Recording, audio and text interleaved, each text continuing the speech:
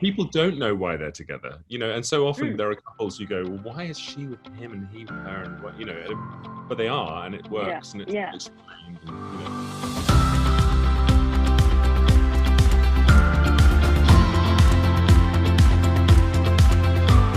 Has the show given you any insight on maybe what not to do in a relationship? Like, are there just things where you're like, yeah, no, I should not probably bringing up an open marriage on the first on our wedding night?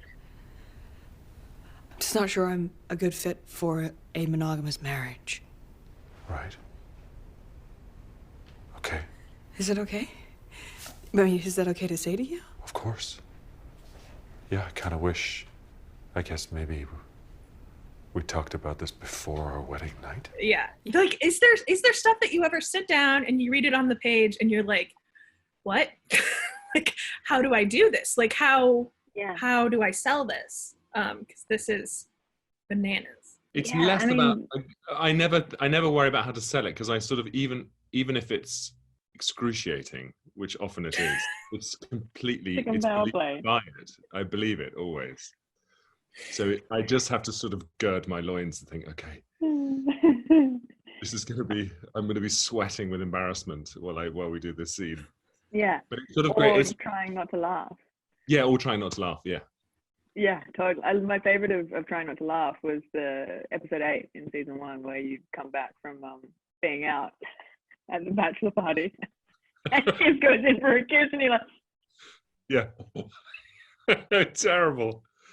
And there's an excruciating moment. I remember I didn't even know, I don't think I knew you were doing it. And it's in season 2 and we're in our new swankier apartment. Yeah. And I'm sort of talking, I'm just monologuing about feeling horny and godlike and all this. Oh, yeah. And Sarah goes around the back to the kitchen and just has a moment, just out of shot. But there's a brilliant shot. I'm still waffling on, and you sort of go into the kitchen like, and then like take a deep breath and come back out. It's just perfect. Yeah. So good. Yeah. I love that. That's what I think. The godlike and horny. You're like, oh God, you're a child. Yeah. As the accents would belie, neither of you are from America. How have you found the accents? Because American accents aren't easy, and Matthew, Midwestern American accents are terrible. The main thing for me was to make sure that I sounded like myself, which is sort of counterintuitive in a way, but sounded enough like myself that I wasn't putting on a voice, that I wasn't like, that my natural accent was American. That's what I had to sort of trick myself into thinking, because otherwise I wouldn't be able to do any of the improv or just to trust myself. I would feel like I was pretending to be a character, not actually living in the moment. I worked with a voice coach to help do that. And I found the little trick is to sometimes not speak at all, which works for Shiv, because she just sort of sits there and watches, and you're like, great, I'm not gonna say anything. I don't say anything. I don't say anything wrong.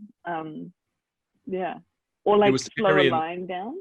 I do that sometimes. I like to slow a bit of a line down here in order to make sure I can pronounce that word there correctly, which means that my intonation and phrasing is really strange, but I can maybe sell the phrasing rather than not sell the word. I have a terrible bad acting habit, which is just a bad habit. I can hear my drama school teacher going, but I sort of go, well, do you know what I mean? Because before the line, I'm supposed to say, before the written line that genius Jesse Armstrong or whoever has written, and I sort of walk my way into the line. Yeah, you're vamping before getting to it. Yeah. Well, I don't know. I think and then eventually build up the courage to say the line. So, yeah. But that's so accurate. That is so, what I love about both of your strategies, it's so in character for each of those characters. Tom is like trying to hedge his way into a statement.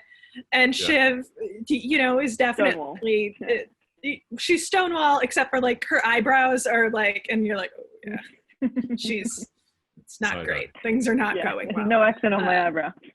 And in being on the show, like, have you had your eyes open to that kind of 0.01% wealth? I mean, Sarah, I know you were in love with the yacht from the finale. Oh, yeah. It was quite shocking how easily we all fell in love with that yacht. We were all like, "Oh, this is a bit." Yeah. Yeah, then and how easily I live here. the thing that I find endlessly amusing for all of us in the show is how easily we go, no, I wouldn't have that. Oh, that's nice. Yeah, that's nice. But I wouldn't do that. No, I wouldn't. Like, as if we would have the opportunity on the right. Yeah. It's $50 million Upper East Side mansion. Like, no. and the yacht. Amazing place. The yacht was. I would, in between takes, I would sort of, or in between setups, if I wasn't, I'd just go and find a deck and lie down. Yeah. Yeah. Y'all are So spoiled. Ruined any That kind is of maritime spoiled. travel for me is just Supremely spoiled. Sarah, do you think Shiv and Tom really love each other? Cleared you off the right. Yeah, that was kind of foreboding. It was kind of... Careful on the answer this one. Oh, absolutely. I think so. I think Shiv definitely loves Tom. I think she's shit scared of loving Tom. I think that's probably the thing that holds her arms length to him, but definitely does. Yeah, I think so. I'd agree. Simple answer. Yeah, I think Tom. Yeah, I think they do love each other, but yeah, Sarah's right. It's fear of. I mean, there's so much in the show about love and the absence of love, and and how that makes people feel, and the fear of not. It's fear and love. It's like everything. And I think, and if you don't feel love, then you lose. Then you're afraid, and you lose confidence, and it's all that. It's complicated. Right. But I think at base they do. Yeah. And I think also the fact that she knows that Tom loves her gives her some sort of, that makes her feel that she loves him. Sort of because it's like a chicken and egg, because of that as much as because she loves him. Yeah. Right. I think that there's a very much for Shiv a difficulty understanding love that's not transactional. Yeah. Right. As a result of the peculiar upbringing that they've all had, which by any stretch is weird. I mean, it's just weird, isn't it? What do you remember about the brunch scene in the season 2 finale where everyone is just sitting at the table throwing each other under the bus? That scene is an absolute delight to watch because of how you film the show, and you can see everyone's reactions at all times. Are they fun to film, or is there a lot of stress to kind of stay in that moment? Like what's that experience like? I'm just remembering those big scenes are just when Brian was trying to get the straw in his smoothie. Brian was doing his speech. Brian had this thing, and we had like metal straws. We did, yeah. Yeah. Yeah. Save the ocean sort of straws on a boat. But the metal straws had a bit of diesel into it. Wobble around. And Brian kept missing it, and we were crying. Get the giggles. I just get the giggles so much when Matthew's on set, and so yes, they're a lot of fun to shoot, but naughty sort of fun where I managed to get myself, focused and also knew that I was on camera in a sort of a wide. I was self-focused, and then suddenly heard it behind and went, "No, Matthew, no, stop it!" You probably saw this going, and that set you off. But also, when we're doing the acting bit, not the sort of keep your face messing around bit. Yeah. Right. I do remember finding it enormously difficult to say that line that I say to you of when I throw you under the bus, and then completely deny the fact that I've done, because I know as Sarah that it's completely insane logic that. Does anyone care to speak to my qualities? No, Tom looks logical. What? Cruises, document destruction. What? I'm not saying that it should be.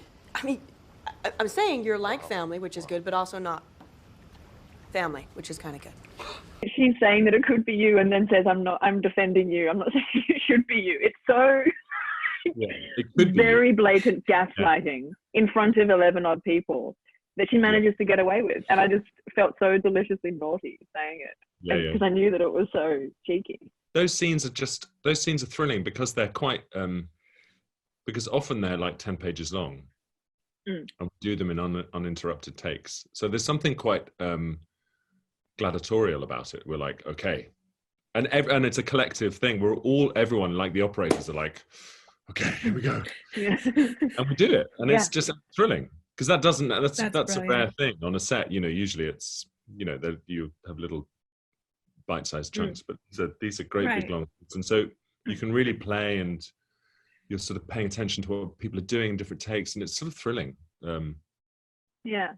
You get to the end and you sort of want to have a laugh or like high five, like that was amazing, it was so good you did that, and then like remember when you did this, and That's so great. And you're thinking next time if we go again, I'm going to do this. If they do that, I'm going to do that. You sort of it's just wonderful. It's wonderful. What? We have half an idea? What's a half an idea? And then I need to know about the chicken scene. How many takes did it take to get through the chicken scene? And how many takes approximately were ruined by breaking? Well, the difficulty was that Brian Cox rarely breaks. Right. So, I mean, he's and he's quite, he's quite fearsome, Brian. Yeah. Oh yeah. Yeah. Formidable. What the fuck? Thank you, Robin. Tom? Thank you for the chicken. But the first time I took too much chicken. I took a breast of chicken. And I put a lot in my mouth, and I couldn't say the line. And Brian cracked up, and I was gone because he never goes. So I was just lost. Because I don't think that Tom knows he's going to do that. Yeah. I don't think Shiv knew. In fact, if she did, she probably would have stopped. Said really that. Don't know. Forgot his line. It's such a Tom trying to be De Niro or Pacino sort of move of like coming in. I'm going to really talk to him, and instead just, oh no, I'm grabbing the chicken. Oh no, I'm eating the chicken. Oh God. Make it go away. Yeah.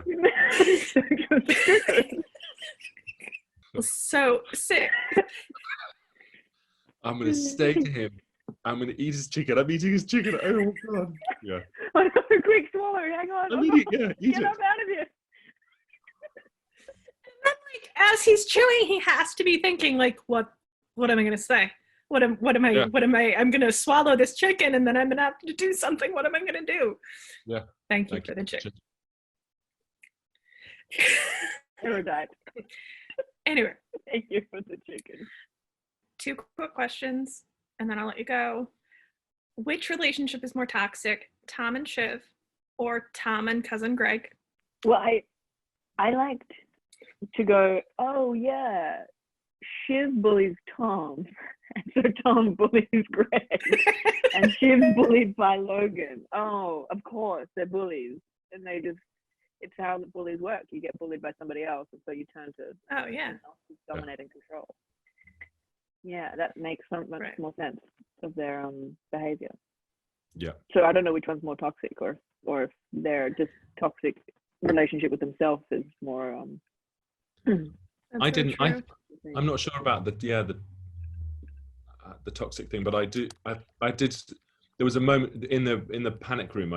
There was a moment I thought, oh no, actually, it really matters. I mean, he's revolting to Greg, but there is an element that it really it's all interconnected.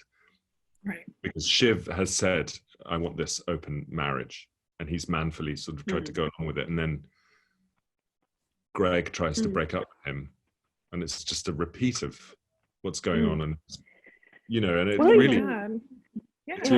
in a normal sense, it would be like Greg is just asking. It's not even break up. I love that Tom launches into that word to frame what's happening. Yeah. He's trying to break up with. Sorry, are you attempting to break up with me? Because it suddenly becomes so personal and so offensive that Greg would even try to do that. Yeah. I'm endlessly sort of full of admiration for the writing, because that, they frame this quite upsetting thing in this ludicrous, water bottle fight in a panic room. But it's kind of you know, it's big emotions going, you know, it's real, Oh it's yeah. rejection and all the rest of it. Mm. It's the fight he should have had with Shiv. Exactly. basically. Yeah. Okay. Yeah, come at me, bro. You should have just been whipping water bottles at Sarah. Okay, so because of global events, we don't know when we're getting season 3. And I know there are no scripts, no one knows anything, but what do you hope the future holds for the couple? Have you thought about having a baby? Because I've heard those fix everything in troubled relationships. Yeah, usually, and I've said this before, but usually I would be not frustrated, but just a little like, if the female of the show gets the storyline arc of having a baby, but I feel like for Shiv, endlessly fascinating, and really because she'd be hugely problematic as a parent. And I think that relationship dynamic between Shiv and Tom would be interesting to explore through the lens of parenthood. Yeah. Whether whether that happens anytime soon, who knows? But I can imagine it's a conversation that would happen at some point in some season in the future, which I think is quite interesting. Yeah. Because I think that Shiv's a bit of a box ticker, and that would be a box that she's pretending is not on the page. Yeah, the legacy one. Oh yeah. Yeah. Oh yeah. Thank you both so much. Congratulations on the Emmy nominations. They were so well deserved. Bye. Bye, Spooks. Bye.